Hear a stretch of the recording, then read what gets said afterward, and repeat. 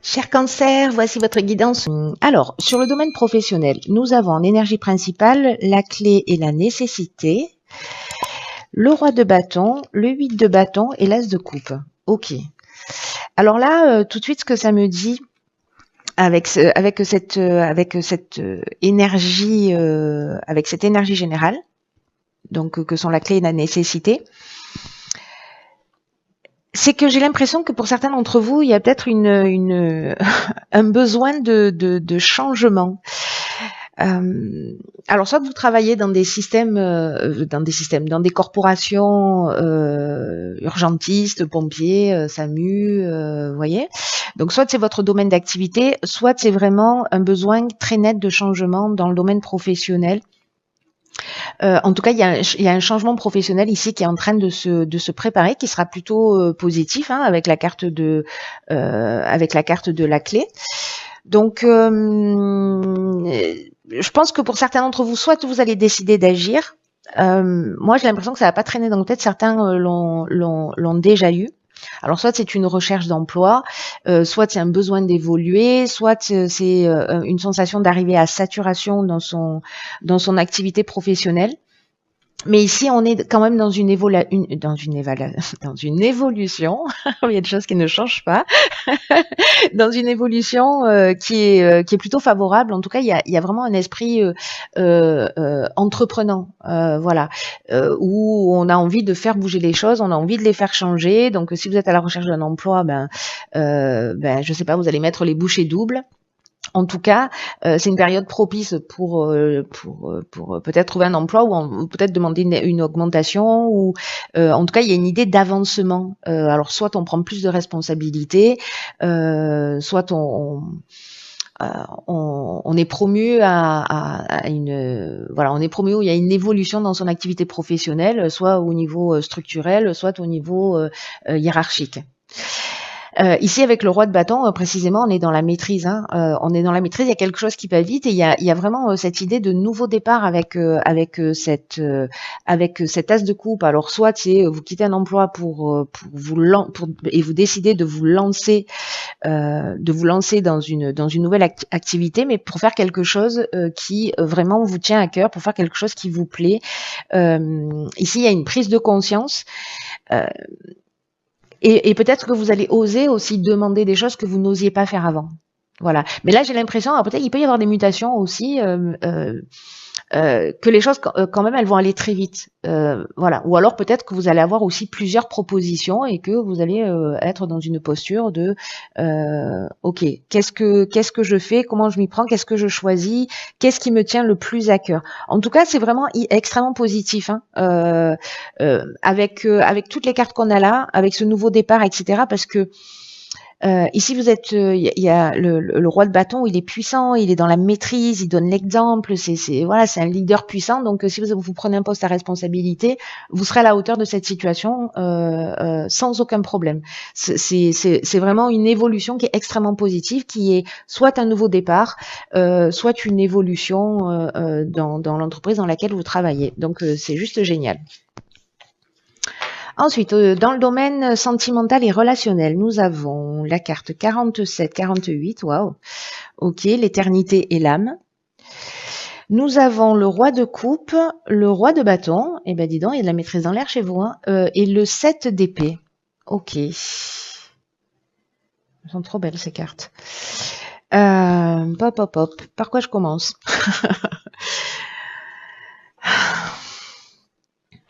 Je vais commencer par ces cartes-là d'énergie principale que sont l'éternité et l'âme. Et en fait, l'association de ces deux cartes, elle nous dit qu'en fait, votre évolution dans le domaine sentimental ou relationnel passe par une évolution spirituelle, une quête spirituelle ou une compréhension. Donc peut-être certains d'entre vous ont besoin d'avoir un conjoint justement avec qui avoir, j'arrive pas à mettre les cartes de droite, avec qui avoir un niveau de conversation qui soit plus élevé. Peut-être que ça va s'ouvrir dans votre couple. Peut-être c'est votre conjoint qui va vous ouvrir à ça, c'est possible. Mais c'est comme s'il y avait des attentes, peut-être un peu plus importantes. Il y a peut-être quelqu'un, alors soit vous allez déclarer votre amour à quelqu'un, parce que ici avec le roi de coupe et le roi de bâton, c'est-à-dire que là on est sûr de soi, ou alors c'est lui qui va vous faire une déclaration. Ouais, c'est possible aussi. Une déclaration, parce que cette personne-là, donc homme ou femme, hein, ce cavalier, il est plutôt il y a une forme d'idéal, il y a une forme de sensibilité émotionnelle, il y a une invitation à l'amour, il a un côté romantique. Euh, il y a peut-être une idée aussi de secours émotionnel, c'est-à-dire quelqu'un là comme ça qui est dans la maîtrise, qui est sûr de lui, qui prend soin des autres, parce que le roi de bâton c'est ce qu'il fait, hein, il prend aussi soin des autres, hein, il est dans son royaume, mais il fait en sorte que tous les gens autour de lui se sentent bien. Donc soit c'est quelqu'un comme ça qui arrive dans votre vie, et je dirais qu'il y a un petit bémol avec ce 7 d'épée.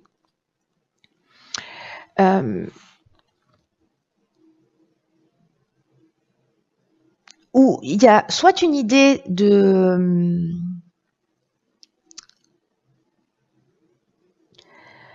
s'éloigner de la vérité, ou peut-être d'éviter de prendre des responsabilités, c'est-à-dire peut-être d'éviter de s'engager, ou peut-être de ne pas oser.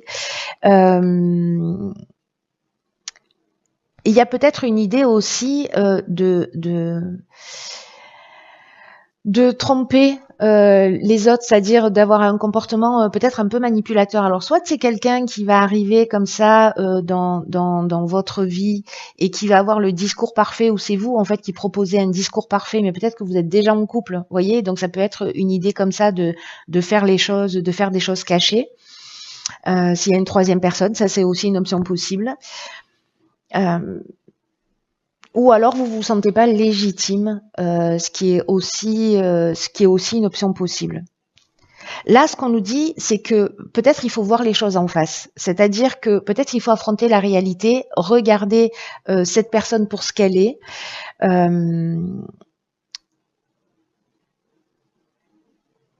De pas fuir une situation, parce que le 7 d'épée, peut-être qu'il est en train de fuir.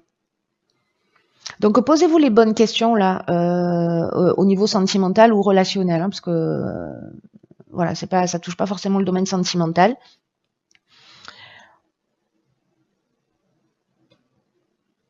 Attention aussi, je dirais, si vous êtes justement dans cette bienveillance, dans cet amour, que vous avez cette idée, enfin que vous êtes amoureux de l'amour, de pas, de faire attention à qui vous allez, avec qui vous allez partager cette partie-là de vous.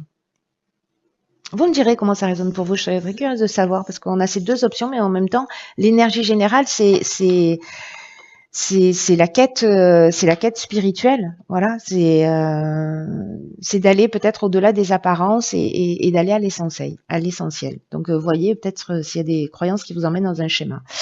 Au niveau matériel et au niveau des valeurs, nous avons ici en énergie principale le choix et le mensonge. Nous avons le 8 de bâton, nous avons deux reines, la reine de denier et la reine d'épée. Ok. Alors, là, ce que ça nous dit sur le plan matériel, c'est peut-être qu'il y a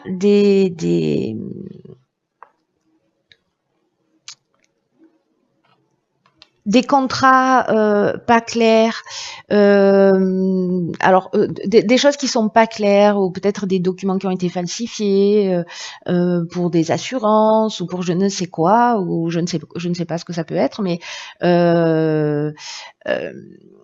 donc là attention, parce que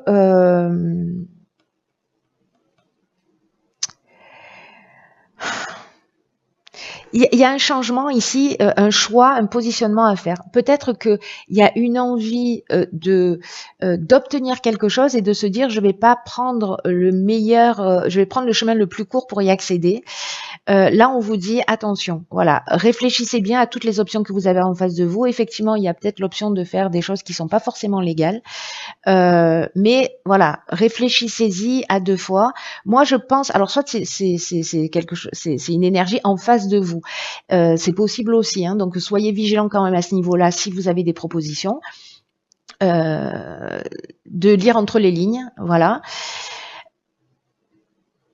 Ici, moi, j'ai l'impression qu'en fait, vous aurez les informations nécessaires parce que ici, il y a une idée quand même d'opportunité ou de choix multiples. Mais en tout cas, c'est comme s'il fallait changer d'attitude ou changer de regard, peut-être dans sa gestion matérielle, dans son rapport à l'argent, parce que ici, la reine d'épée, elle est lucide, elle voit les choses clairement, elle est dans une forme de maîtrise. On a 2 reines là, et puis on a la reine de denier. La reine de denier, c'est le côté matériel, c'est la sécurité réelle. Donc, j'ai l'impression que là, en fait, il va y avoir une occasion de changer d'angle de vue, mais aussi peut-être comme un test, vous voyez, peut-être parce qu'on va se précipiter dans une situation et on ne va pas voir en fait toutes les options. Et là, on vous dit, vous avez ces capacités. Voilà, n'oubliez pas qu'en fait, l'intérêt, c'est de vous mettre en sécurité, mais faites-le de la manière la plus juste possible. Prenez le temps de réfléchir pour savoir ce qui se cache derrière, pour savoir si vous êtes en conformité, si vous allez dormir tranquille, si vous pouvez vous regarder dans un miroir, et ne vous précipitez pas. Triez toutes les priorités, précisez vos intentions, faites préciser les intentions des personnes que vous avez en face de vous aussi, si c'est par exemple c'est un contrat de travail, mais il y a une idée de découvrir quelque chose de manquant, une information peut-être à laquelle vous n'avez pas accès, mais avec cette reine d'épée, moi je suis pas inquiète parce que j'ai l'impression que vous allez voir les choses clairement et que vous allez prendre la meilleure décision. Encore une fois, que ce soit vous que ce soit vous qui soyez dans cette énergie-là où il y a un changement de point de vue, ou quelqu'un en face de vous qui va vous proposer quelque chose et vous allez voilà, prendre le temps de réfléchir et trouver ce chaînon manquant. Alors, au niveau de l'évolution spirituelle, nous avons ici le Nadir. Alors, pas d'affolement, je sais que cette carte, elle fout la trouille. Nous avons la Maison Dieu, la Papesse et l'Ermite. Alors, je n'ai utilisé que les arcanes majeures pour l'évolution personnelle et l'évolution spirituelle. C'est un choix personnel. Voilà. Donc, hop, ici, vous voyez mieux. Alors, le Nadir, ça peut parler en fait d'absence de spiritualité d'une manière générale, mais le Nadir aussi, en astrologie, ça correspond au fond du ciel. Le fond du ciel, ça nous parle de l'hérédité, ça nous parle de la famille, de la psychogénéalogie, ça nous parle aussi de voilà de nos racines, de nos fondements, peut-être de notre enfance, de nos croyances. C'est aussi le subconscient, vous voyez, les croyances, celles auxquelles on n'a pas forcément accès. Ça nous parle aussi de tous nos sentiments, de tout ce qui de toutes nos émotions, de nos ressentis qui sont pas avoués. Aussi de sécurité affective avec cette carte avec cette représentation du fond du ciel en fait, hein, qui est la maison 4 et qui parle de l'inconscient, de toutes les choses qui nous conditionnent inconsciemment.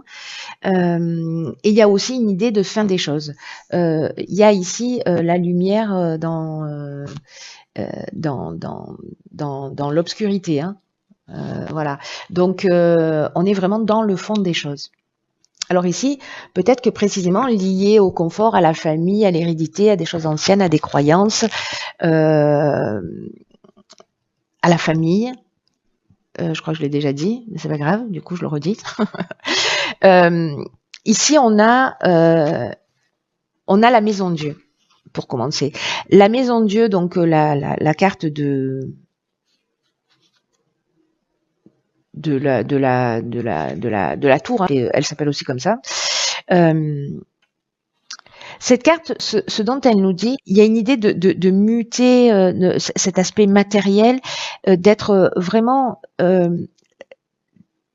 vous voyez, c'est une évolution spirituelle, mais avec une crise salutaire, parce qu'il y a un besoin d'authenticité ici qui est vraiment très très important. Et cette carte de l'ermite, en fait, c'est ce dont elle nous parle, d'aller chercher à l'intérieur de soi, de sortir des illusions, parce que la maison Dieu, elle nous parle de ça, elle nous parle aussi dans l'énergie opposée, de construire sur des illusions,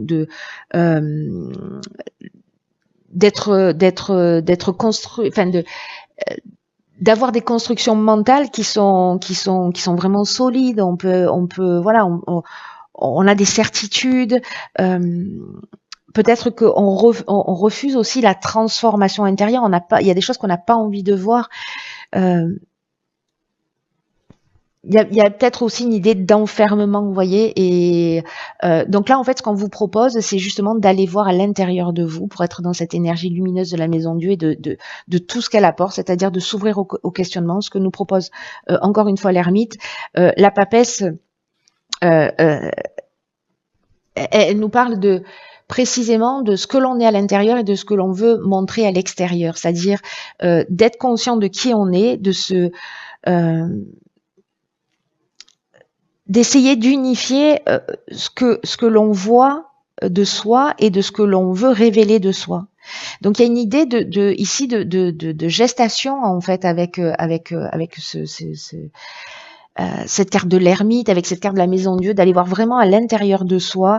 Il y a une espèce de maturation comme ça silencieuse pour accoucher de soi. Pour aller au-delà des apparences et justement pour briser ces illusions. Et cette papesse, en fait, c'est ce qu'elle propose. Il y a une idée d'accouchement de la vérité. Alors c'est intéressant par rapport au tirage sur les domaines précédents, hein, on a vu qu'il y avait du mensonge, on a vu aussi avec ce 7 d'épée, voilà, d'affronter la vérité, de pas faire semblant de pas la voir. Ici, l'ombre de la papesse, elle peut nous parler justement d'une forme d'hypocrisie ou une forme de dissimulation ou de fermeture et où finalement on est dans la censure. Il y a une fausse intériorité. Une espèce d'abus de pouvoir ou de sclérose, vous voyez, interne.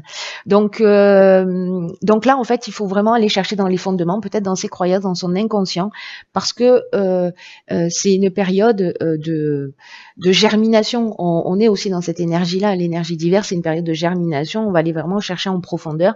Si vous le faites pas, c'est la vie qui va s'en charger. Faites-moi confiance. Et ça peut vraiment bousculer. Donc bon, ça reste très très intéressant parce que tout ça est là pour nous faire avancer. Mais là, on est vraiment dans l'idée d'aller. Quand je vous disais qu'en fait, j'ai vécu une pleine lune où vraiment ça m'a décollé la pulpe du fond, où il faut aller chercher dans ses fondements, etc. C'est pas forcément confortable, hein. Mais c'est utile, c'est pour se préparer à l'avenir, c'est vraiment utile. Et là, j'ai l'impression que ça ressemble aussi un peu à ça. Alors, je sais pas si c'est ce que vous-même vous avez vécu, ou si vous êtes comme ça un peu entre deux eaux, mais peut-être que si vous avez l'occasion de voir ce tirage, ça pourra vous éclairer par rapport à ce que vous vivez. Voilà, cher Cancer, écoutez, prenez vraiment bien soin de vous. Et puis, je vous dis à très vite pour une nouvelle guidance. Je vous embrasse.